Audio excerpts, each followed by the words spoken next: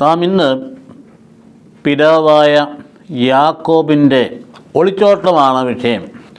വലിയ കുറ്റം ചെയ്തിട്ട്, നിസ്സാര കുറ്റമൊന്നുമല്ല. എല്ലാ കാലത്തും മണ്ണനും പെണ്ണിനും വേണ്ടിയിട്ടാണല്ലോ പ്രശ്നം. ഇവിടെ കടിഞ്ഞൂലവകാശം തന്നെ വഞ്ചനയിലൂടെ കൈക്കലാക്കിയത് നിസ്സാര കാര്യമല്ല, വലിയ തെറ്റാണ്. അത് തെറ്റ് ചെയ്തിട്ട് നിൽക്കക്കളിയില്ലാതെ ജീവഹാനിയെ ഭയന്ന് ഒളിച്ചോടുന്ന യഥാർത്ഥത്തിലൊരു കുറ്റവാളിക്ക് രണ്ട് ഭാഗത്തിലേക്ക് വേണമെങ്കിൽ തിരിയാം. യാക്കോബ് ഈ പോക്കിലൂടെ അറിയാതെ ദൈവാനുഭവത്തിലേക്ക് എത്തി വിശുദ്ധീകരിച്ച അവസാനം മനോവേദനയിലാണെങ്കിൽ പോലും മഹത്വം പ്രാപിച്ചു. എന്നാൽ മറ്റു കുറ്റവാളികൾ കുറ്റം ചെയ്തിട്ടങ്ങ് തുറന്ന് മുമ്പോട്ട് പോയിട്ട് കുറ്റം ചെയ്യുന്നതിൽ തന്നെ ഒരു ഹരമുണ്ടായി തുടർച്ചയായി കുറ്റത്തിലായി ആ കുറ്റം കൊണ്ട് തന്നെ അവിടെ അവസാനിക്കുന്നു. പിന്നിപ്പോൾ എല്ലാ കണ്ണുകളും റാഫയിലേക്ക് എന്നാണല്ലോ പറയുക. അപ്പോൾ അങ്ങനെ ഒരു ചിത്രീകരണം ഉണ്ടായതാണ്. 4.4 കോടി ആൾക്കാർ അത് ശ്രദ്ധിച്ചു എന്നാണ് പറയുക. അപ്പോൾ അത് ഭയങ്കരമായ പ്രചരണമാണ്. എന്ന് വിചാരിച്ച് നിസ്സാര കാര്യമായി നമുക്ക് തള്ളിക്കളയാൻ പറ്റില്ല. മനുഷ്യക്കുരുതി എവിടെയായാലും അത് തെറ്റാണ്. മനുഷ്യൻ നിഷ്കളങ്കനായവൻ വധിക്കപ്പെടുക എന്ന് പറയുന്നത് അപലപിക്കപ്പെടേണ്ട കാര്യം തന്നെയാണ്. പക്ഷേ ഇവിടെ നമുക്ക് ആരുടെയും പക്ഷം പിടിക്കാൻ പറ്റുകയില്ല. ഒരിക്കലും നമുക്ക് കുറ്റത്തെ ആര് ചെയ്താൽ അംഗീകരിക്കാൻ പറ്റുന്നതല്ല. കാരണം മറുഭാഗത്ത് പറയുന്നു, യുദ്ധം നിർത്തിയാൽ ഞങ്ങൾ പിന്നീട് ഉണ്ടാവുകയില്ല, അതുകൊണ്ട് ഞങ്ങൾ യുദ്ധം തുടരും. അവരതുപോലെ തന്നെ മറ്റൊരു ചിത്രം പ്രസിദ്ധീകരിച്ചു. എന്താണ്, 1 വയസ്സുള്ളൊരു കുഞ്ഞ് അല്ലെങ്കിൽ 1.5 വയസ്സുള്ളൊരു കുഞ്ഞ്, അതിൻ്റെ മുമ്പിൽ തോക്കുമായിട്ട് നിൽക്കുന്ന ഹമാസ് സ്പീക്കറിൻ്റെ ചിത്രം, അതും വൈറലായി. ഇത് രണ്ടിൻ്റെയും നടുവിലാണ് നമ്മളിപ്പോൾ നിൽക്കുക. അതുകൊണ്ട് ഇവരുടെ കണ്ണ് റാഫയിലേക്ക് എല്ലാ കണ്ണും തിരിഞ്ഞപ്പോൾ സായ ചോദിക്കുന്നത്, ഒക്ടോബർ 7-ന് നിങ്ങളുടെ കണ്ണ് എവിടെയായിരുന്നു എന്നാണ് ചോദിക്കും. എവിടെയായിരുന്നു അപ്പം നിങ്ങളുടെ കണ്ണുകൾ? ആ ചോദ്യത്തിന് അർത്ഥമുണ്ടല്ലോ. അല്ലെങ്കിൽ ഇതുവരെ ഞങ്ങളുടെ ബന്ധികളെ വിട്ടയക്കാത്ത അവസ്ഥയെക്കുറിച്ച് നിങ്ങളെന്ത് അത് നിങ്ങളുടെ കണ്ണുകൾ കാണുന്നില്ലേ? അവരെ വിട്ടയച്ചിരുന്നെങ്കിൽ 10% തീരുമായിരുന്നില്ലേ? അതുകൊണ്ട് യഹ്യാ സിൻഹായെ പിടിക്കപ്പെടുന്നതുവരെ ഞങ്ങൾ തുടരും. മാത്രമല്ല ഈ ഭീകരന്മാർ മുഴുവൻ അമർച്ച ചെയ്യുന്നവരെ ഞങ്ങൾ തുടരുമെന്ന് പറയുമ്പോൾ അത് നമുക്ക് ആരുടെ ഭാഗത്ത് നിൽക്കാൻ പറ്റുക? അപ്പോൾ വളരെ ഗൗരവമായ കുറ്റകൃത്യങ്ങളുടെ ലോകത്തിൻ്റെ കുറ്റകൃത്യത്തിന് മുമ്പിലാണ് നമുക്ക് വിവരണാതീതമായ ഭീകരത. ഒക്ടോബർ 7-ന് അഴിച്ചുവിട്ടപ്പോഴാണ് യുദ്ധം തുടങ്ങിയത്. അവർ പറയുന്നത് ഞങ്ങൾ യുദ്ധം തുടങ്ങിയിട്ടില്ല. അതിഭയങ്കരമായ ഭീകരത അഴിച്ചുവിട്ടപ്പോൾ 1400 പേരെ കൊല ചെയ്തപ്പോൾ പാട്ടും ഡാൻസുമായിട്ട് കഴിഞ്ഞ് 260 യുവാക്കളെ ഹീനമായ രീതിയിൽ കൊന്ന് തള്ളിയപ്പോൾ ഞങ്ങളുടെ 300ഓളം ആൾക്കാർ ബന്ദികളായിട്ട് കൊണ്ടുപോയപ്പോൾ അവരോട് ചെയ്യുന്ന ഭീകരതയുടെ ചിത്രങ്ങൾ പുറത്ത് വരുമ്പോൾ ഞങ്ങൾക്ക് പിടിച്ചു നിൽക്കാൻ പറ്റില്ല യുദ്ധം ചെയ്യാതെ എന്ന് പറയുമ്പോൾ, ഇത് ഞങ്ങൾ തുടരുമെന്ന് പറയുന്നതിനോട് ഏത് ലോക കോടതി വിധിച്ചാലും ശരി ഇത് ഞങ്ങളുടെ നിലനിൽപ്പിൻ്റെ കാര്യമാണ് എന്ന് പറയുന്നിടത്ത് നമുക്ക് എന്താ പറയാൻ പറ്റുക? നമുക്ക് പറയാൻ പറ്റുന്ന ഒരു കാര്യമുണ്ട്. കാരണം എന്തായാലും ശരി, നിഷ്കളങ്ക മനുഷ്യരെ വധിക്കപ്പെടുന്നത് അപലപനീയമാണ്, ആരായാലും ശരി. അതുകൊണ്ട് എത്രയോ ഈ ക്രൂരത എന്ന് പറയുന്നത് ലോകമാകെ ഇപ്പം വ്യാപിച്ചിരിക്കുകയല്ലേ.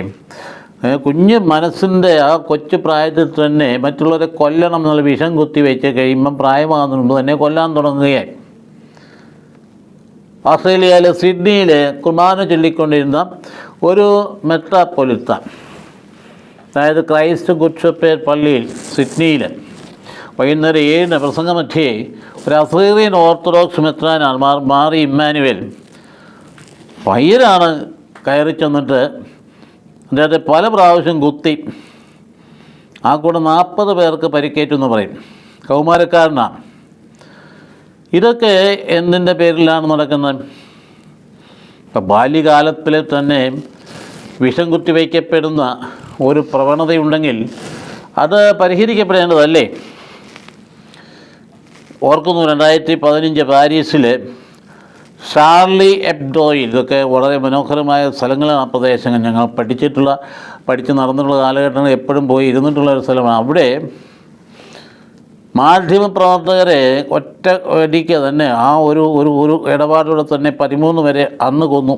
വലിയ മാധ്യമപ്രവർത്തകരെ ആരുടെയോ കാരിക്കേച്ചർ വരച്ചു എന്നുള്ള ഒറ്റ കാരണത്തേ ഉള്ളൂ. 2020 പാരീസിൽ തന്നെ ഒരു 18 വയസ്സുള്ള പയ്യൻ സാമുവേൽ എന്ന അധ്യാപകൻ്റെ കഴുത്തറുത്താൽ നോക്കി, അഭയം കൊടുത്ത പ്രദേശത്ത് ചെന്നിട്ട് അഭയം നൽകിയ സമൂഹത്തിൻ്റെ ആളുകളെ കഴുത്തറുത്ത് കൊല്ലുക എന്ന് പറഞ്ഞാൽ ഭീകരത. ഈ ഭീകരത ലോകം മുഴുവൻ വ്യാപിക്കുന്നത് കാണുമ്പോൾ റഫായിലെ ഒരു ഒറ്റപ്പെട്ട സംഭവമായിട്ട് മാത്രം നമുക്ക് എടുക്കാൻ പറ്റുമോ? 2021 ഒക്ടോബറിൽ പാരീസിലെ അരാസിൽ ഡൊമിനിക് എന്ന യുവ അധ്യാപകനെ കുത്തിക്കൊന്ന സംഭവം നമ്മളൊന്നും മറന്നുപോയിട്ടില്ല. അപ്പോൾ ഇവിടെ ലോകമെങ്ങും ഈ കൊലയും സ്ത്രീപീഡനവും അങ്ങനെയുള്ള ചില കാര്യങ്ങളൊക്കെ തുടർന്നുകൊണ്ട് പോകുന്നിടത്ത് ഇത് ലോകമനസാക്ഷി ഉണരേണ്ടത് എങ്ങോട്ടാണ് എന്നതിനെക്കുറിച്ച് പരിചിന്തനം ചർച്ചകൾ നടത്തേണ്ടതാണ്. ഇനി നമ്മുടെ കാലത്തോ നമ്മുടെ സംസ്ഥാനത്തോ കുറ്റകൃത്യങ്ങൾ പെരുകിയിട്ടില്ലേ? എന്തോ ഒരു കഷ്ടമാണ്. പണ്ടൊരു നല്ല എഴുത്തുകാരൻ എമ്മ ഗോൾഡ്മാൻ എന്ന ഇംഗ്ലീഷ് റൈറ്റർ പറഞ്ഞു, ഓരോ സമൂഹത്തിനും അതിന് അർഹിക്കുന്ന കുറ്റവാളി ഉണ്ടായിരുന്നു എന്ന് പറഞ്ഞാൽ, സമൂഹത്തിൻ്റെ അർഹിക്കുന്ന കുറ്റവാളി എന്ന് പറഞ്ഞാൽ ആ സമൂഹത്തിൻ്റെ പൊതു സ്വഭാവം എന്താണോ അതനുസരിച്ചായിരിക്കും കുറ്റവാളികളുടെ എണ്ണം. നമുക്കിവിടെ കുറ്റവാളികളുടെ എണ്ണം കൂടുകയല്ലേ? എന്തുമാത്രമാണ് എന്നും വാർത്ത കേട്ട് നമ്മൾ ഇതിനകത്തൊക്കെ ഒരു അത് ആദ്യം നോക്കും, ഇത് അടുത്തെങ്ങാനുമാണ് നടന്നത്, അടുത്തെങ്ങും അല്ലെങ്കിൽ നമ്മൾ കണ്ണടച്ച് വിടുകയാണ്. അപ്പോൾ തിരുവനന്തപുരത്ത് പേട്ടയിൽ ജാമ്യത്തിൽ ഇറങ്ങിയ ഒരു പ്രതി 2 വയസ്സുള്ള ഒരു നാടോടി പെൺകുട്ടിയെ തട്ടിക്കൊണ്ടുപോയ കാര്യം, അയാളുടെ പേര് ഹസൻ കബീർ എന്നാണ്. നാടോടി പെൺകുട്ടിയെ കൊണ്ടുപോയതാണ്. അതുപോലെ തന്നെ പേരാമ്പ്രയിൽ അനു എന്ന യുവതിയുടെ കൊലപാതകം. ഒരു എങ്ങോട്ടോ ഭർത്താവിൻ്റെ അടുത്തേക്ക് ഓടിപ്പോയ പെൺകുട്ടിയാണ്. അവളെ രക്ഷിക്കാൻ പറഞ്ഞ കൂട്ടത്തിൽ കൂടിയതാണ്. ജാമ്യത്തിൽ ഇറങ്ങിയ ശേഷം 58 കേസുകളിൽ പ്രതിയായിരുന്ന വ്യക്തി മുജീബ് റഹ്മാൻ എന്ന അദ്ദേഹത്തിൻ്റെ പേര്. അപ്പോൾ അതുപോലെ തന്നെ ആലുവയിൽ നമുക്ക് ഏറ്റവും പരിചിതമായ സംഗതി, വളരെ കൂടുതലൊക്കെ തൊട്ടിച്ച് ആലുവയിൽ 5 വയസ്സുകാരെ പീഡിപ്പിച്ചു കൊന്ന പ്രതി അസഫാഖ് ആലം പോക്സോ കേസിലെ പ്രതിയായിരുന്നു. അപ്പോൾ ഈ അനുവിൻ്റെയൊക്കെ കാര്യം എടുത്തു നോക്കി, നമ്മുടെ സാഹചര്യം ഒന്ന് മനസ്സിലാക്കി കൊടുക്കുവാൻ വേണ്ടി പറയുകയാണ്. സമാധാനത്തിലൂടെ നമുക്ക് പെൺകുട്ടിക്ക് ഈ നമ്മുടെ കേരളത്തിൻ്റെ പാതയിൽ സഞ്ചരിക്കാൻ പറ്റുമോ? ആ പെൺകുട്ടി വാസ്തവത്തിൽ തന്നെ ഭർത്താവിൻ്റെ അടുത്തേക്ക് സ്പീഡിൽ പോവുകയാണ്. വണ്ടി കിട്ടാതെ നടന്നു പോയപ്പോൾ ആ പുറകെ ചെന്നിട്ട് ഈ പ്രതി ഞാനങ്ങോട്ട് അവിടെ ആക്കാമെന്ന് പറഞ്ഞപ്പോൾ ഈ പെണ്ണങ്ങ് വിശ്വസിച്ച് പുറയിൽ കയറി. കുറച്ച് കഴിഞ്ഞപ്പോൾ അദ്ദേഹത്തിന് ബസ് കോളിന് പോകണമെന്ന് പറഞ്ഞുകൊണ്ട് വണ്ടി നിർത്തിയിട്ട് പതുക്കെ താഴോട്ട് ഇറങ്ങിയിട്ട് ഇവളെ പിടിച്ചിട്ട് അവളെ ആഭരണങ്ങൾ കവർന്നു. റെസിസ്റ്റ് ചെയ്തപ്പോൾ അവളെ ചവിട്ടിക്കൊന്നു. ഇതല്ലേ 2 വയസ്സുകാരനെ പ്രതി ഹസൻ എന്ന് പറയുന്ന പാർട്ടി എന്നാൽ ഇത് ഉറങ്ങിക്കിടന്ന കുട്ടിയാണ് എടുത്തുകൊണ്ട് പോയത്. അത് മറ്റൊരു കേസിൽ ജാമ്യത്തിൽ ഇറങ്ങിയ ആൾ തന്നെയാണ്. അപ്പോൾ അതുപോലെ തന്നെ ഇതുപോലെ ഈ കുട്ടി ഒരു രക്ഷപ്പെട്ടു, 11 വയസ്സുകാരി ഇയാളുടെ കയ്യിൽ നിന്ന് രക്ഷപ്പെട്ടത്. എങ്ങനെയാണ്? ഉറക്കെ കരഞ്ഞപ്പോൾ അടച്ച് പിടിച്ചപ്പോൾ എങ്ങനെയോ ആളുകൾ വന്നു കണ്ട് ചത്തുപോയി എന്ന് വിചാരിച്ച് ഇട്ടച്ചപ്പോൾ എൻ്റെ കുട്ടിയെ നേരെ വായ്പൊത്തി പിടിച്ച് ബോധത്തിലേക്ക് തായപ്പം മരിക്കുമെന്ന് കരുതി ഒരു കുഴിയിലേക്ക് ഇട്ടേച്ച് പോയി. 13-ാം ദിവസം പ്രതി പിടിയിലായി. നമ്മുടെ പോലീസും എടുക്കരുത്, അത് പിടിക്കുകയൊക്കെ ചെയ്യും. പക്ഷേ പിന്നീട് എന്താ സംഭവിക്കുന്നത് നമ്മൾ അന്വേഷിക്കരുതെന്ന് മാത്രമേ ഉള്ളൂ.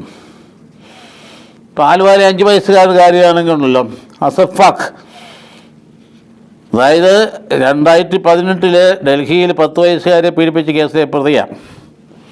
ഇതുപോലുള്ള കുറ്റകൃത്യം വളരുന്നതിൻ്റെ ഇടയ്ക്കാണ് ഇപ്പോൾ നമ്മൾ കേൾക്കുന്ന അവയവക്കടത്ത്. സംഘാടമായിട്ട് നടക്കുന്ന ഒരു കാര്യം. എന്തിടപാടാണ് അതിൻ്റെ പിന്നിൽ നടക്കുന്നവർ ആർക്കറിയാം? കാര്യങ്ങൾക്കെല്ലാം വെളിച്ചത്ത് വരാതെ നമുക്കതേക്കുറിച്ച് പറയാൻ പറ്റില്ല.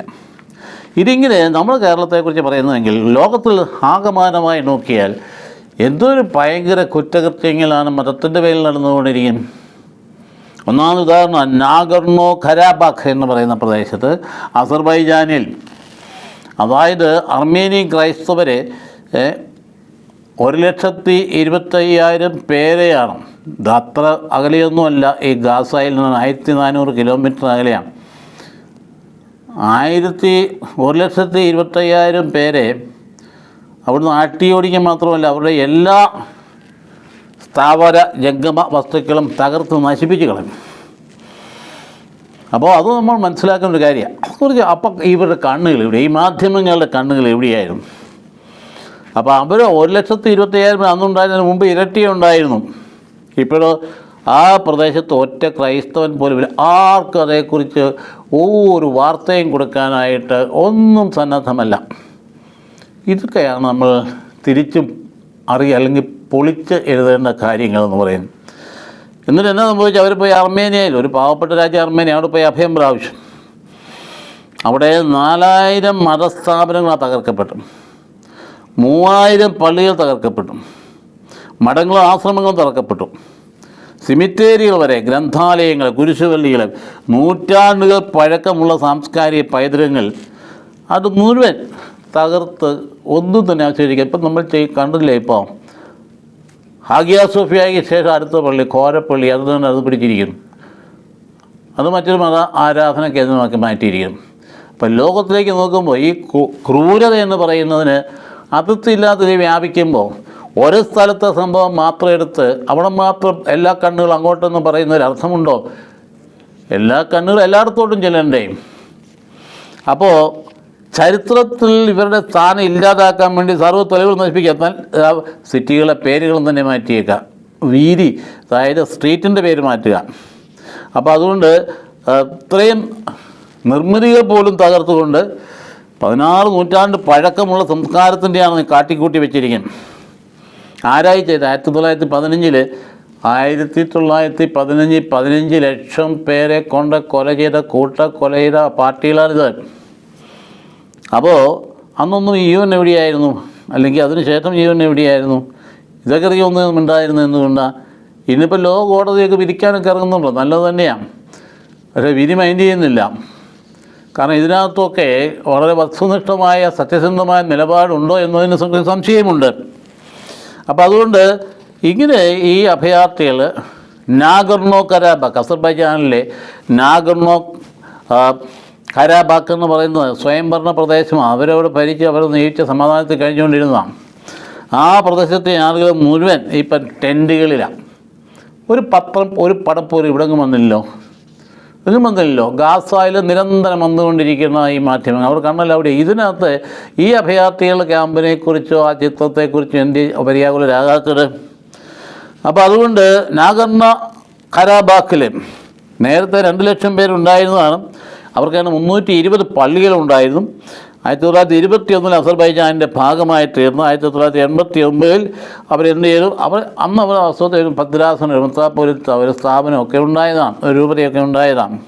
അപ്പോൾ ജനുവരി 1 നാഗോർണോ കരാബാക്കും അർസാക്കും ഔദ്യോഗികമായിട്ട് ഇല്ലാണ്ടായിട്ട് അവരങ്ങ് പ്രഖ്യാപിച്ചു.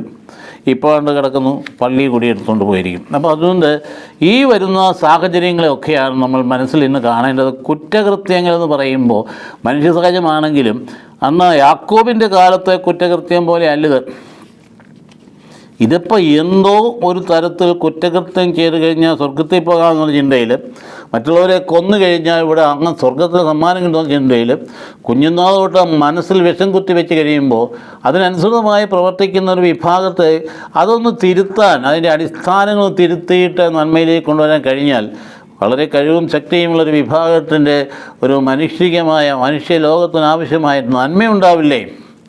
നമ്മുടെ ചിന്താവിഷയം പ്രധാനപ്പെട്ട ഒരു കാര്യം. അല്ല ആരെയും അങ്ങ് പരാജയപ്പെടുത്തി കുറ്റപ്പെടുത്തി പറഞ്ഞ് തരം താഴ്ത്തി പറയാൻ വേണ്ടിയിട്ടല്ല, ഇതൊരു ഫാക്റ്റാണ് എന്ന കാര്യം അംഗീകരിക്കേണ്ടതാണ്. ലോകത്തിൻ്റെ വിവിധ ഭാഗങ്ങളിൽ നടക്കുന്ന ഇത്തരത്തിലുള്ള ഒരേ തരത്തിലുള്ള കുറ്റകൃത്യങ്ങൾ ഇടപെടുന്ന വിഭാഗത്തെ അവരുടെ അടിസ്ഥാന തെറ്റിനെ തിരുത്തി അതൊന്ന് മാറ്റിയെടുത്തിട്ട് നന്മയിലേക്ക് തിരിച്ചുവിടാൻ കഴിഞ്ഞാൽ അതൊരു വലിയൊരു അനുഭവമായിരിക്കും. എല്ലാവരെയെല്ലാം കൊന്നു തീർക്കുന്നതാണ് ഞങ്ങളുടെ ഏറ്റവും വലിയ ലക്ഷ്യബോധം എന്ന് പറഞ്ഞു കഴിഞ്ഞാൽ എന്നാ ചെയ്യാൻ പറ്റുന്നത്? ഭയപ്പെട്ട് മനുഷ്യന് ഭൂമിയിൽ ജീവിക്കാൻ പറ്റാതെ വരുമ്പോഴാണ് ദൈവം ഇടപെടേണ്ടി വരുന്ന സാഹചര്യം ഉണ്ടാകുന്നു, അത് ഇടപെടൽ ഉണ്ടാകുകയും ചെയ്യും. അതുകൊണ്ട് ഇസ്രായേലിൽ കാണിക്കുന്ന റാഫേൽ ചെയ്യുന്ന കാര്യങ്ങളെ നമ്മൾ അംഗീകരിക്കുകയുമല്ല. പക്ഷേ അവർ മറുഭാഗത്തൂടെ പറയുമ്പോൾ ഞങ്ങൾക്ക് നിലനിൽപ്പുണ്ടാവില്ല എന്ന് പറയുന്നത്, ഞങ്ങൾക്ക് ഞങ്ങളുടെ സ്വന്തമായിട്ട് ഞങ്ങളുടെ പിതാക്കന്മാർ ലഭിച്ച മണ്ണ് അവിടെ ഒരു ജീവിക്കാൻ അനുവദിക്കില്ല എന്ന് പറഞ്ഞാൽ അതിനപ്പുറത്തേക്ക് അവരെ തെച്ചുടച്ച പരിപൂർണമായിട്ട് നീക്കി മാറ്റിക്കളയെന്നുള്ള എത്രയോ യുദ്ധങ്ങളുണ്ടായതിനു ശേഷം ഇപ്പോഴും അപ്രകാരം ഞങ്ങളെ സമീപിക്കുമെങ്കിൽ ഞങ്ങൾ യുദ്ധം നിർത്തുകയില്ല എന്ന് പറയുന്നിടത്ത് ഏത് ലോക കോടതി അതിന് എതിര് പറയാനായിട്ട് പറ്റുക? അവിടെ ഒരു സമാധാനം ഉണ്ടാക്കാൻ വേണ്ടി ഈ കോടതിക്ക് വേണ്ടി ഈ ബന്ദികളെ വിട്ടയക്കാൻ പറയാനുള്ള ധൈര്യമില്ലാതെ വരുന്നത്. അപ്പോൾ ഇത്തരത്തിലുള്ള പ്രശ്നങ്ങൾ ഉണ്ടാകുമ്പോൾ ഈ ലോക കോടതി എന്നൊക്കെ പറയുന്നത് മനുഷ്യരാണ്. പക്ഷം പിടിച്ച് മുമ്പോട്ട് പോകുമ്പോഴാണ് സമാധാനം ഇല്ലാത്ത അവസ്ഥയുണ്ട്. അതുകൊണ്ട് നമുക്കവിടെ നിൽക്കട്ടെ. നമ്മളിപ്പോൾ യാക്കോബിലേക്ക് തിരികെയാണ്. ഇപ്പം നാം പറഞ്ഞു വലിയ കുറ്റം ചെയ്തിട്ടാണ് അദ്ദേഹം നിൽക്കക്കളിയില്ലാത്ത ജ്യേഷ്ഠം തിരിച്ചു വന്നാൽ തന്നെ കൊന്നുകളയുമെന്ന് മനസ്സിലാക്കിക്കൊണ്ട് ഭയപ്പെട്ട് ഓടുകയാണ്. ഈ കുറ്റവാളി മനസാന്തരപ്പെട്ട് മഹത്വം പ്രാപിക്കുന്നുണ്ട്. പക്ഷേ എങ്കിൽ ആ കുറ്റം നിസ്സാരമൊന്നുമില്ല, ഗൗരവമായ കുറ്റം തന്നെയാണ്. അങ്ങനെ പോയ വഴിക്ക് ഇദ്ദേഹം ചേട്ടൻ ഭയങ്കരമായി കോപിച്ചു എന്ന് അറിഞ്ഞുകൊണ്ട് അത് ഓടി ഓടി ഓടി ഓടി ഹാറാനിലേക്ക് ആ പോക്കം. കാരണം അമ്മയുടെ നാട്ടിലേക്ക് അമ്മ പറഞ്ഞയച്ച ഈ അമ്മ ഇങ്ങനെ വശം വെച്ച് കൊടുത്തുകൊണ്ട് പരിശ്രമം വരുന്നുണ്ട്. ഈ അമ്മയ്ക്ക് ഈ കൊച്ചിനെ പിന്നെ കാണേണ്ടി വന്നിട്ടില്ല. അപ്പം അതുകൊണ്ട് അമ്മ ആ വിധത്തിൽ ശിക്ഷ അനുഭവിക്കുക. കാരണം തമ്പുരാൻ്റെ പദ്ധതിയൊക്കെ ആയിരിക്കും തന്നെയും അത് ആ വിധത്തിൽ ചെയ്യാമായിരുന്നു. ചേട്ടനെ മാറ്റി നിർത്തിയിട്ട് അനുജന് വേണ്ടിയിട്ട് അവകാശം പങ്കിച്ചു കൊടുക്കാനുള്ള വഴിയൊരുക്കിയത് അമ്മയാണ്. ആ പോയ വഴിക്കാണ് അദ്ദേഹം ബഥേൽ എന്ന് പറയുന്ന സ്ഥലത്ത് ചെല്ലുന്നത്. അതായത് ബെർഷേബയിൽ 100 കിലോമീറ്റർ അകലെയാണ്. അത് അബ്രഹാമിന് നൽകപ്പെട്ടതായ വാഗ്ദാനം അവിടെ ആവർത്തിക്കുന്ന യാക്കോബിൽ അദ്ദേഹം കണ്ടുമുട്ടുക. രാത്രി നിരാശപ്പെട്ട് വിഷമിച്ച് കണ്ണീരിൽ ആരുമില്ല എന്നുള്ള മട്ടിൽ കിടന്ന് ഉറങ്ങുമ്പോഴാണ് നമ്മുടെ ജീവിതത്തിലുണ്ടാകാം. നമ്മൾ ഒരുപക്ഷെ ഭയങ്കര നിരാശപ്പെട്ട് സങ്കടപ്പെട്ടുള്ള അവസ്ഥയുണ്ടാകുന്നുണ്ടെങ്കിൽ എന്ന് പരിശോധിച്ച് നോക്കുകയോ അവിടെ സ്വർഗത്തിൻ്റെ വാതിൽ തുറക്കപ്പെടുമെന്ന പ്രത്യാശ നമുക്ക് വേണം. അവിടെ നിന്നെ ഉപേക്ഷിക്കാത്ത ഒരു ദൈവമുണ്ട് എന്നുള്ള ബോധ്യം നിനക്കുണ്ടായിരിക്കേണ്ടതാണ്. അപ്പോൾ അവിടെ ഒരു പുതിയ മനുഷ്യത്വത്തിലേക്ക് വരികയാണ്. അദ്ദേഹം കണ്ടു തന്ന ഒരു ഗോപണി എന്ന് പറയുമ്പോൾ അന്നത്തെ കാലത്ത് വലിയ ഭയങ്കരമായ എല്ലാ ക്ഷേത്രങ്ങളുടെയും കൂടെ വലിയ ഉയരമുള്ള വലിയ സ്തംഭങ്ങൾ രൂപീകരിക്കുമായിരുന്നു അന്നത്തെ കാലഘട്ടങ്ങളിൽ. അപ്പോൾ അങ്ങനെ രൂപീകരിക്കും. അതിന് പേര് സിഗുറത്ത് എന്നാണ് പറഞ്ഞിരുന്നത്. അപ്പോൾ അതിന് അന്ന് ദേവന്മാരെ കുറിച്ച് ദേവതകളുടെ ആരാധന എന്ന് പറയും. അപ്പോൾ മർദൂക്ക് എന്ന് പറയുന്ന ദേവന് ഇങ്ങനെയുള്ള ആ വലിയ സ്തംഭത്തിൻ്റെ ഏറ്റവും മുകളിലാണ് അദ്ദേഹം താമസിച്ചിരുന്നത് നമുക്ക് വിശ്വാസം ഉണ്ടായിരുന്നു. മുകളിലത്തെ അത് ദൈവത്തിൻ്റെ വാസസ്ഥലമായിട്ടും ക്ഷേത്ര ഗോപുരമായിട്ട് കണക്കപ്പെട്ട സിഗുററ്റ് മെസൊപ്പൊട്ടേമിയയിലെ സംസ്കാരമായിരുന്നു അത് അവിടെ. അതുകൊണ്ട് ഈ ബാബേൽ ഗോപുരത്തിൻ്റെ കഥയിൽ കാണുന്ന ഗോപുരം പണിയും എന്നൊക്കെ പറഞ്ഞ് ഇതിൻ്റെ പ്രതിഫലനം തന്നെയാണ്. അപ്പോൾ മർദൂക്ക് ദേവൻ അവിടെ താമസിക്കുന്നത് മനുഷ്യ മനസ്സുകളിൽ ഇങ്ങനെയുണ്ട്. ഈ ഉയർന്ന സ്തംഭത്തിന് മുകളിൽ ദൈവം ആശിക്കുന്നു എന്നുള്ള ചിന്ത എടുത്ത് വെച്ചുകൊണ്ട് അതല്ല അതിൻ്റെ ശരി. ഇവിടെ അബ്രഹാമിൻ്റെയും ഇസഹാക്കിൻ്റെയും ദൈവമായ കർത്താവാകുന്ന ഞാൻ അത് നിൻ്റെ കൂടെയുണ്ട്. ഞാൻ ഈ മണ്ടയ്ക്കിരിക്കുകയല്ല. അതുകൊണ്ട് എന്നിലേക്ക് കടന്നു വരാൻ, അതിൻ്റെ അടുത്തേക്ക് വരാൻ ഞാൻ നിന്നെ ക്ഷണിക്കുക. അതാണ് ഗോപണി അർത്ഥമാക്കുന്നത്. ഗോപണി അങ്ങോട്ട് കയറി ഒരു ബന്ധം സ്ഥാപിക്കാൻ വേണ്ടിയിട്ട് നീ എൻ്റെ അടുത്തേക്ക് വാ. നീ ഏതായാലും ഈ വേണ്ടാതിനൊക്കെ കാട്ടിക്കൂട്ടിയിട്ട് ഇപ്പം പലതും ഒളിച്ചോടുകയല്ലേ, പീര് നീ ഭയപ്പെടേണ്ട, ഞാൻ നിന്നെ സംരക്ഷിക്കും. അപ്പോൾ സ്വർഗം തുറക്കപ്പെടുന്നൊരു അനുഭവം അവിടെയുണ്ട്. അപ്പോൾ ഒരു വാഗ്ദാനം നൽകുകയാണ്. അത്ര മനോഹരമായ വാഗ്ദാനമാണ്. നിനക്ക് സ്വന്തമായ ദേശവും അസംഖ്യമായ സന്തതികളെ ഞാൻ നൽകും. അതൊക്കെ അബ്രഹാമിന് നൽകിയത് ആവർത്തിക്കുകയാണ്. അപ്പോൾ ജനതകളോട് മുഴുവൻ എല്ലാ ജനതകളോടും നീ പ്രതിബദ്ധതയുള്ളവനായിരിക്കും എന്നൊക്കെ പറഞ്ഞ സംരക്ഷണവും ശക്തിയും പ്രത്യാശയും കൊടുക്കുകയാണ്. ഇപ്പം ഞാൻ കാണുന്ന ഒരു പ്രധാനപ്പെട്ട കാര്യം, ഈ ദൈവം പ്രത്യക്ഷപ്പെട്ട അപ്രതീക്ഷിതമായ സാഹചര്യങ്ങളിൽ നമ്മുടെ ജീവിതത്തിൽ നിന്ന് നമ്മുടെ ഭയമെല്ലാം നിർമ്മാർജ്ജനം ചെയ്യപ്പെടും. നാം പലപ്പോഴും കുറ്റബോധത്തിലോ അല്ലെങ്കിൽ ഭീതിയിലോ ഒക്കെ കഴിഞ്ഞു വരുന്ന അവസരങ്ങളിൽ ജീവിതം വഴിമുട്ടിയെന്ന് പലപ്പോഴും പറയുന്ന വാക്കാണല്ലോ, ജീവിതം വഴിമുട്ടിയെന്ന് ചിന്തിക്കുന്ന സാഹചര്യങ്ങളിൽ അല്ലെങ്കിൽ നമുക്ക് ഒരു രക്ഷയുമില്ലെന്ന സാഹചര്യങ്ങളിൽ തലയ്ക്ക് മുകളിൽ സ്വർഗം വിടരുമെന്നുള്ള പ്രത്യാശ നമുക്ക് നമുക്ക് പുതിയ വാതിലുകൾ തുറന്നു തരും. എല്ലാ വാതിലും അടയ്ക്കപ്പെട്ടു, സാമ്പത്തികമായിട്ട് നശിച്ചു, ഒരു രക്ഷയുമില്ല, പല പണി നോക്കി മുമ്പോട്ട് പോകാൻ നിർത്തിയില്ല, എല്ലാ വാതിലും അടയപ്പെട്ടു. അടച്ചതിന് ശേഷം ഞാനിപ്പോൾ എന്നാ ചെയ്യുന്നതെന്ന് വിഷമിക്കുമ്പോൾ ഇന്ന് ചെയ്യുന്നതാ, വിഷമിക്കുമ്പോൾ എന്നാ ചെയ്യുന്നത് കാണില്ലേ, വാർത്തകൾ എന്നും കാണാമല്ലോ. സാമ്പത്തിക പരാധന മൂലം ഭാര്യയും കൊന്നു മക്കളെയും കൊന്നതിന് ശേഷം കെട്ടി തൂങ്ങി മരിക്കുകയാണ്. അതല്ല, നീ ആ യാക്കോബിനെ പോലെ നീ ശാന്തമായ നിൻ്റെ ഉള്ളിൽ നിഷ്കളങ്കതയുണ്ടെങ്കിൽ ആ വലിയ ആ അനുഭവം നിനക്കും ഉണ്ടാകും. നിൻ്റെ ഇരുട്ടിൻ്റെ മുകളിൽ പ്രകാശം വരും, നിൻ്റെ തലയ്ക്ക് മുകളിൽ സ്വർഗം വിടരും. പ്രത്യാശയാണ് നിന്നെ നയിക്കേണ്ടത്, ഏറ്റവും പ്രധാനപ്പെട്ട കാര്യം. അപ്പോൾ ദൈവവുമായിരുന്നു രമ്യപ്പെടണം. അത് കുറ്റബോധം ഒന്ന് മാറ്റിയിട്ട് സാർത്ഥകയുടെ വഴിവെക്കൽ നിന്ന് മാറി തളർന്നു കിടക്കുന്ന അവസരം എടുത്ത് എണീറ്റ് വന്ന ഒരു രമ്യതയുടെ വഴിയിലേക്കൊന്ന് തിരിയാൻ തയ്യാറായാൽ മതി. ഇനി ശാന്തമായിട്ടൊന്ന് എണീറ്റ് പിറ്റേ ദിവസം പരിശുദ്ധ കുർബാനയിൽ ഒന്ന് പങ്കെടുത്ത് നിൻ്റെ ആത്മാവിൻ്റെ ദുഃഖവും വേദനയൊക്കെ അവിടെ നിന്ന് ഇറക്കി വെച്ചിട്ട് ഒന്നൊന്നും തിരിച്ചെന്ന് വിശ്വാസത്തോടു കൂടി ഒന്ന് തിരിച്ചെന്ന് വയ്ക്കേ, സ്വർഗം വിടരും, വഴികൾ തെളിയും, പുതിയ പുതിയ വഴികൾ ദൈവം തന്നെ കൊണ്ടുവരും. അപ്പോൾ അന്ന് മുകളിലേക്കാണ് ദൈവത്തെ നോക്കുക. ഇനി നീ മുകളിലേക്ക് നോക്കണ്ട. നമ്മുടെ ദൈവം, വെളിപാടിൻ്റെ ദൈവം മുകളിലല്ല, നിൻ്റെ മുമ്പിലും നിൻ്റെ പിമ്പിലുമുണ്ട്, നിൻ്റെ കൂടെയുണ്ട്. നീ ഭയപ്പെടേണ്ട, ഞാൻ നിൻ്റെ കൂടെയുണ്ടെന്ന് യാക്കോബിനോട് പറയും. ഭയപ്പെടേണ്ട, ഞാൻ നിൻ്റെ കൂടെയുണ്ട്. ആ ഒരു ദൈവാവബോധം. അപ്പോൾ അതുകൊണ്ട് അദ്ദേഹം പെട്ടെന്ന് ഭയങ്കരമായിട്ട് ഭീതി ഉണ്ടായി. ഇതോ എന്താണ്, ഞാൻ എവിടെയാണ്, കർത്താവ് സത്യമായിട്ട് ഇവിടെ സന്നിഹിതനാണ് എന്താണെന്ന് പറഞ്ഞുകൊണ്ട് വളരെ ഭയപ്പെട്ടു. കാരണം അതിഭയങ്കരമായി തെറ്റ് ചെയ്തിട്ടാണ് പോന്നിരിക്കുന്ന ബോധ്യം അദ്ദേഹത്തിനുണ്ടായപ്പോൾ ആ തെറ്റിൽ നിന്നൊക്കെ കയറിയിട്ട് രമ്യതയിലെ വഴിയിലേക്ക് തിരിയാൻ, മരണത്തിലേക്കല്ല ജീവനിലേക്ക് തിരിയാനായിട്ട് യാക്കോബിന് താല്പര്യമുണ്ട്. അത് നമ്മുടെ മാതൃക. പിതാക്കന്മാർ അബ്രഹാം, ഇസ്ഹാക്കും യാക്കോബുമാണല്ലോ. യാക്കോബിനെ കുറിച്ച് ഒരുപാട് കാര്യങ്ങൾ നമുക്ക് ഇനി പഠിക്കാനുണ്ട്. അവിടെ നാം കാണുന്നത് ജീവനിലേക്ക് തിരിയുന്ന ഒരു യാക്കോബിനെ കാണും. അതേസമയത്ത് ഭൂമിയിൽ അനുഭവിക്കുന്നിടത്തോളം വേദന, ഇതുപോലൊരു അപ്പൻ, ഇത്രയും വേദനിച്ചൊരു അപ്പനുണ്ടായിട്ടുണ്ടോ മക്കളെ കൊണ്ട്? അപ്പോൾ അതുകൊണ്ട് ഒരുപാട് വേദന സഹിച്ചെങ്കിലും അദ്ദേഹത്തിന് ഉള്ളിൻ്റെ ഉള്ളിൽ അഗാധമായ ദൈവാനുഭവം ഉണ്ടായിരുന്നു. അതുകൊണ്ടാണ് പെട്ടെന്ന് എണീറ്റ് എന്ത് ചെയ്തു, ഈ ദർശനം കണ്ടുകൊണ്ട് എഴുന്നേറ്റ് അദ്ദേഹം കല്ല് നാട്ടി നിർത്തി എണ്ണയൊഴിച്ച് ബലിയർപ്പിച്ചു. ഇതാണ് ദൈവത്തിന് തന്നെ അർപ്പിക്കുക. അപ്പോൾ ഒരു കല്ല് നാട്ടി അതിന് ശക്തിയുടെ അടയാളമായിട്ട് കല്ലിനെ കാണാം. അപ്പോൾ കല്ല് നാട്ടി നിർത്തി ആ സ്ഥലത്തിന് ബഥേൽ, അതാ ദൈവത്തിൻ്റെ ഭവനം എന്നത് പേര് കൊടുത്തു. ആ പേര് വളരെ പ്രശസ്തമായ തീർത്ഥാടന കേന്ദ്രമായിട്ട് പിന്നീട് മാറി, ബഥേൽ. അപ്പം നമ്മൾ അവിടെ പഠിക്കുന്ന ഒരു സംഗതി, നമ്മുടെ അനുഭവങ്ങളിൽ, ഞാൻ ആദ്യമായി പറഞ്ഞത്, നഷ്ടബോധം ഉണ്ടാകുന്ന സാഹചര്യങ്ങളിൽ ഒന്ന് ബലിയർപ്പണത്തിൽ പങ്കുചേരും, അവിടെ ഒന്ന് ഹൃദയം ഒന്ന് ഇറക്കുകയും ആത്മാവിന് ഹൃദ്യമായിട്ടുള്ളൊരു അനുഭവത്തേക്ക് വരുവേൻ. നിന്നെ സ്നേഹിക്കുന്ന ദൈവത്തിന് തണലിലേക്ക് എത്തി നിനക്ക് ആരുമില്ലെന്ന് ചിന്തിക്കാതിരിക്കും. മനുഷ്യനല്ല ഇല്ലാത്ത, നിനക്ക് നിൻ്റെ ദൈവമുണ്ട്. അതുകൊണ്ട് നിൻ്റെ ഹൃദയം അങ്ങോട്ട് വരട്ടെ. അവിടെ വന്നിട്ട് നിന്ന് കഴിയുമ്പോൾ തന്നെ നിനക്ക് സമാധാനമുണ്ട്. അപ്പം നീ ആത്മഹത്യ ചെയ്യുമോ? നീ എന്താ ആത്മഹത്യ ചെയ്യാൻ? ആത്മഹത്യ ചെയ്യാൻ കാരണം നീ ഇരുട്ടിൽ കിടക്കുകയാണ്. പിന്നെ പുറത്ത് കിടക്കാൻ നിവൃത്തിയില്ല, വെളിച്ചവുമില്ല. വെളിച്ചത്തിലേക്ക് വരണ്ടേ? ഞാൻ ലോകത്തിന് പ്രകാശമാണെന്ന് പറയുന്നതല്ലേ നിൻ്റെ കർത്താവ്.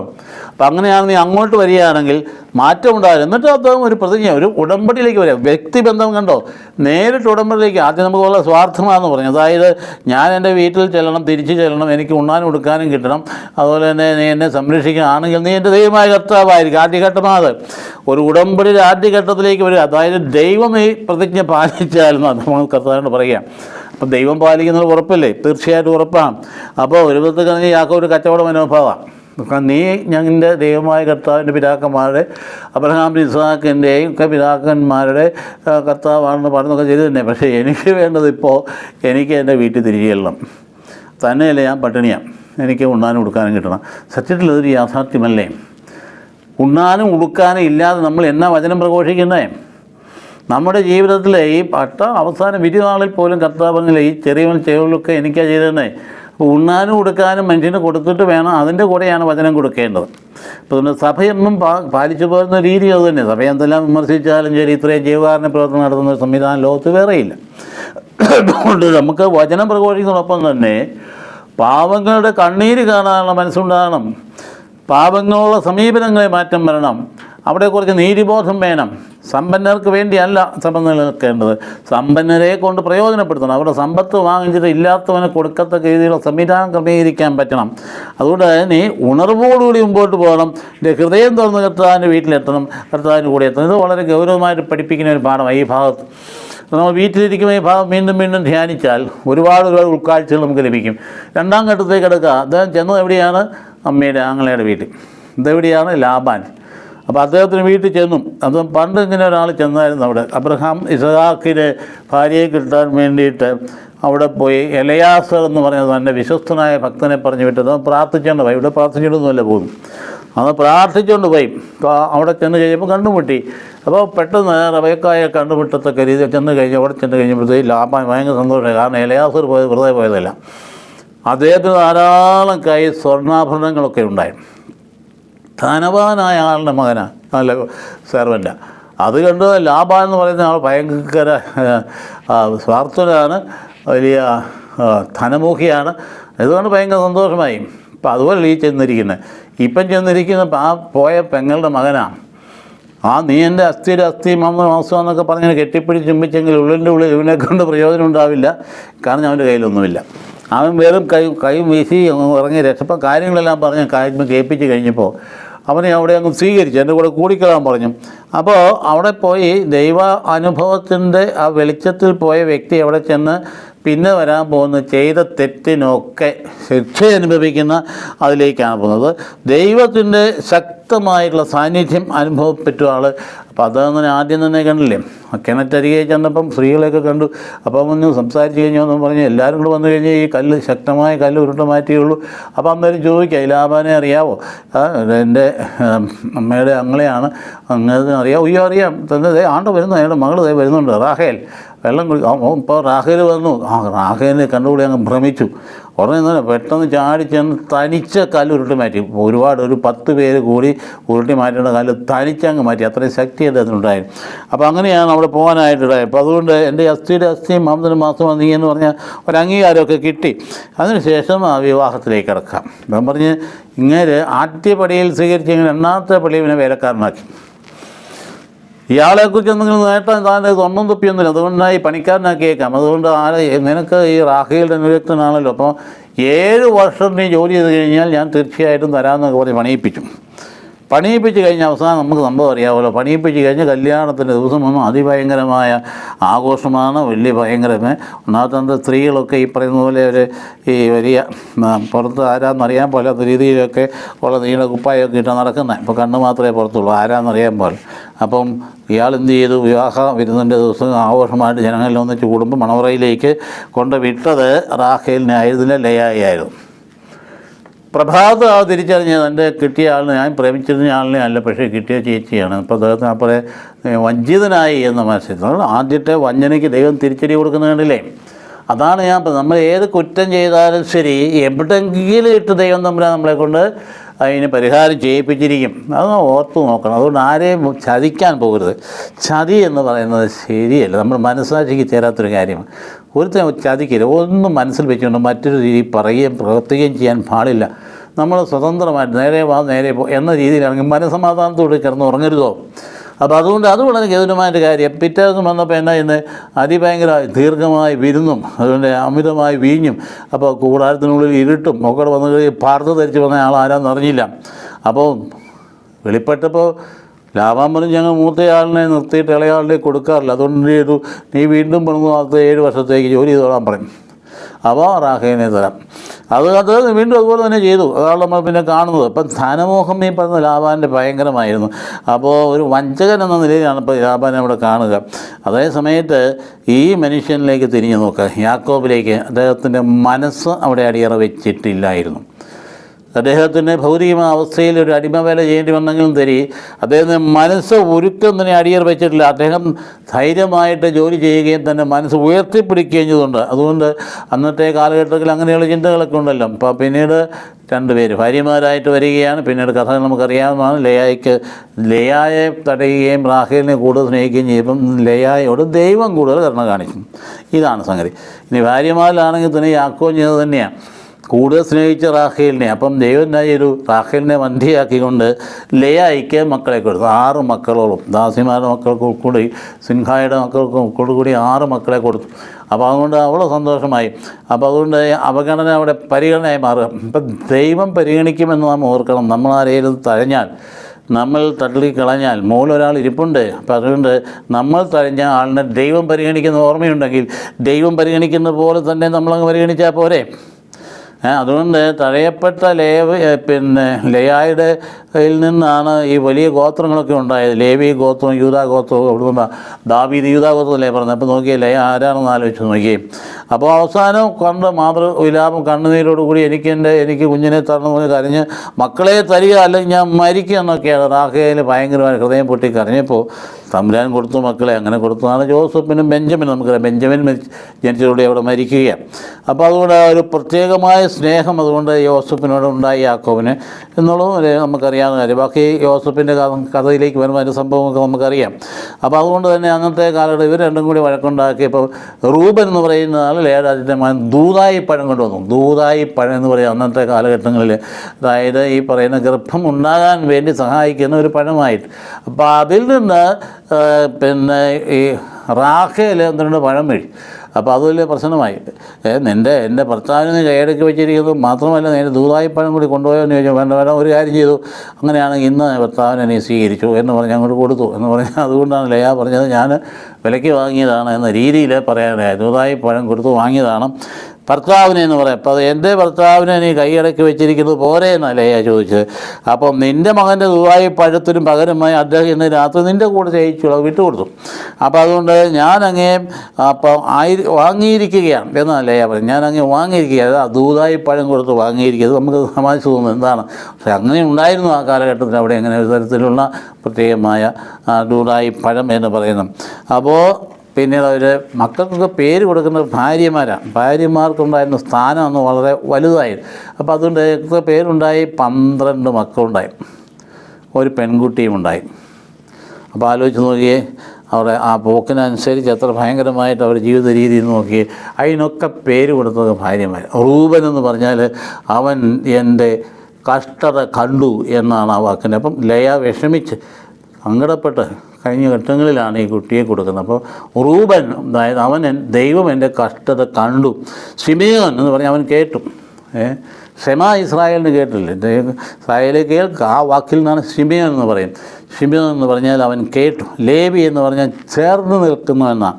ഭാവിയിൽ അവന് പൗരോഹിത്യ വിഭാഗത്തിൻ്റെ ശുശ്രൂഷകളായിട്ട് മാറുന്ന ഒരു ഗോത്രമാണ്. യൂദ എന്ന് പറഞ്ഞാൽ സ്തുതി എന്നർത്ഥം, ദൈവസ്തുതിയാണ് യൂദാവാക്കിൻ്റെ അർത്ഥം. ഗോത്രത്തിലാണ് ഈശോ വന്ന് പിറക്കുന്നത്. ഡാൻ എന്ന് പറഞ്ഞാൽ വധിക്കുക എന്നാണ് അർത്ഥം, വധിക്കുക. അങ്ങനെ ഒരു സാഹചര്യം ഉണ്ടായി.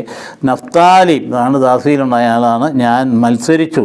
ഗാദ് എന്ന് പറഞ്ഞാൽ ഭാഗ്യം എന്നാണ് വാക്കിനർത്ഥം. അതുപോലെ ആശേർ എന്ന് പറഞ്ഞാൽ സന്തോഷം. ഇതൊക്കെ പേര് കൊടുക്കുമ്പോഴൊക്കെ അമ്മ അവരനുഭവിക്കുന്ന വികാരങ്ങൾ തന്നെയാണ് മക്കൾക്ക് പേരായിട്ട് നൽകിയത്. ഇസാക്കർ എന്ന് പറഞ്ഞാൽ കൂലിക്കെടുത്തു എന്നുള്ള മട്ടില്ല. ഇസാക്കർ എന്ന പേരും കൂലിക്കെടുത്തു. ഇപ്പം കണ്ടില്ലേ, ദുബായി പഴം വാങ്ങിച്ചിട്ട് ഭർത്താവിനെ കൂലിക്കെടുത്തെന്ന് പറഞ്ഞ പോലെ ഒരു കൂലിക്കാരനെ പോലെയാണ് ഭർത്താവിനെ കണക്കാണ്. അപ്പോൾ ജോസഫ് എന്ന് പറഞ്ഞാൽ യാവേ ഉസീഫ് എന്ന് പറയുന്നത് ദൈവം പ്രവർത്തിക്കുന്നു അല്ലെങ്കിൽ ദൈവം വർദ്ധിപ്പിക്കുന്നു ഒക്കെയാണ്. അതാണ് ജോസഫ് എന്ന വാക്കിൻ്റെ അർത്ഥം. ദീന എന്ന് പറഞ്ഞാൽ ദാൻ എന്ന പദത്തിൽ നിന്നാണ് വിധിക്കുക എന്നർത്ഥമുള്ള ഒരു പദമാണ്. എന്തായാലും ശരി, അത് നമുക്ക് മനസ്സിലാക്കുന്നത്. ഇപ്പം ഇത്രയും മക്കളുണ്ടായി, ആ മക്കളെ കൊണ്ടുള്ള പ്രശ്നങ്ങൾ കഴിഞ്ഞ് വരാൻ പോകും, നമ്മൾ കാണാനായിട്ട് പോകും. നമ്മുടെ യോസഫിൻ്റെ കഥയിലേക്ക് വരുമ്പോൾ കാണാൻ പറ്റും. ഈ കാണുന്ന ഈ രക്ഷാകര പദ്ധതിയിലെ ഈ കുടുംബത്തിൻ്റെ ചരിത്രമൊക്കെ മനുഷ്യകുലത്തിൽ ആവർത്തിക്കുന്ന നന്മയും തിന്മയും ഒക്കെ തന്നെയാണ്. അതുകൊണ്ട് നമുക്ക് അതിനകത്ത് ദൈവത്തിൻ്റെ ഇടപെടലുകൾ നമുക്ക് മനസ്സിലാക്കാനായിട്ട് സാധിക്കുക. പക്ഷേ ഏത് ഭാഗം എടുത്താലും ശരി, നമ്മൾ വ്യാഖ്യാനിക്കേണ്ടത് കർത്താവിലൂടെയായിരിക്കണം. പഴയ ഭാഗങ്ങൾ എടുത്താൽ കർത്താവിലൂടെ ആയിരിക്കണം. കർത്താവിൻ്റെ പ്രബോധനം ചേരാത്തതൊക്കെ വെട്ടിമാറ്റി കളയണം. ചില ഭാഗങ്ങൾ എടുത്തിട്ട് ആ മുഴുവൻ ഗ്രാമവാസികളെ മുഴുവൻ വാളിനിരയാക്കുന്നത് വായിക്കുമ്പോൾ അയ്യോ ദൈവം അത് പറയുമോ? അതിന് നാം കാണേണ്ടത് എങ്ങനെയാണ്?